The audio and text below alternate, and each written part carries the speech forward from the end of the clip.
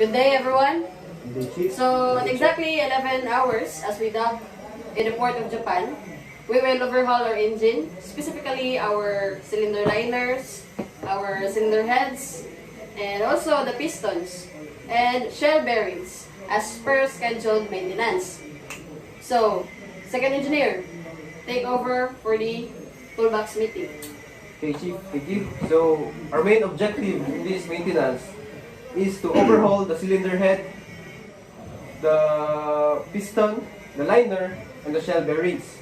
So, we will do this job step by step and in an orderly manner. So, first, oiler, Yes, Chief. you will be responsible for the tools. So, you will be the tool keeper and also prepare the necessary needed tools for this operation. You will be assisted by the fourth engineer and also prepare the workplace for our maintenance operation.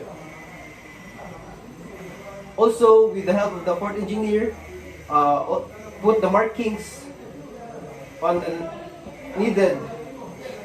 So, third engineer, sir, you will be responsible for operating the chain block in lifting the parts of the main engine. And also, make sure to cut off the power supply, the cooling water, the air, and the fuel supply to the engine, or in short, isolate the main engine during the operation.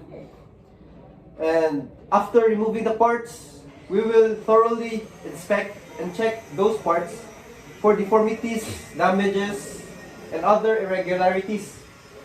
If you found anything, or especially those which needs replacement, report to me immediately, and we will replace it with spare parts.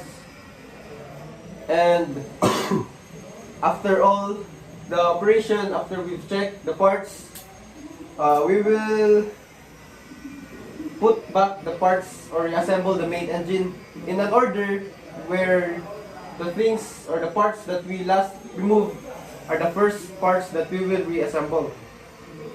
So that's all for the job. Any questions? So, as a review, oiler, what are your jobs for this maintenance operation? So, Noiler, you assigned me to do to prepare the tools that needed for the overhauling, and also I'll be the one to prepare the workplace and put some boxes for the nuts and bolts. And also, I'll prepare for the markings also, so that in putting back the necessary parts, we will not displace any parts of the engine or for the overhauling. And also, we will inspect for any damages for the we will inspect any damages of any parts that we will overhaul, and if there is any damages, we will report immediately to second engineer. And also, yeah, that's all. We will report to second engineer if there are any damages of any parts. Okay, good. How about you, third engineer? What are your job in this maintenance operation? I can say, sir, you must operate the chain block and isolate the main engine. Okay, that's good. So, remember your parts during the maintenance operation. So that's all for the job. And as for safety, I can see that all of us are wearing our protective equipment. So make sure to always wear that during the operation to avoid damages or serious injuries. Another reminder, keep the bolts and other small parts in one place, and in order to avoid misplacement, and don't just put them anywhere, can cause damages or injury or accidents. If you ever see oil spill on the floor, make sure to clean it and don't leave it behind, because it can cause slipping, which is very dangerous.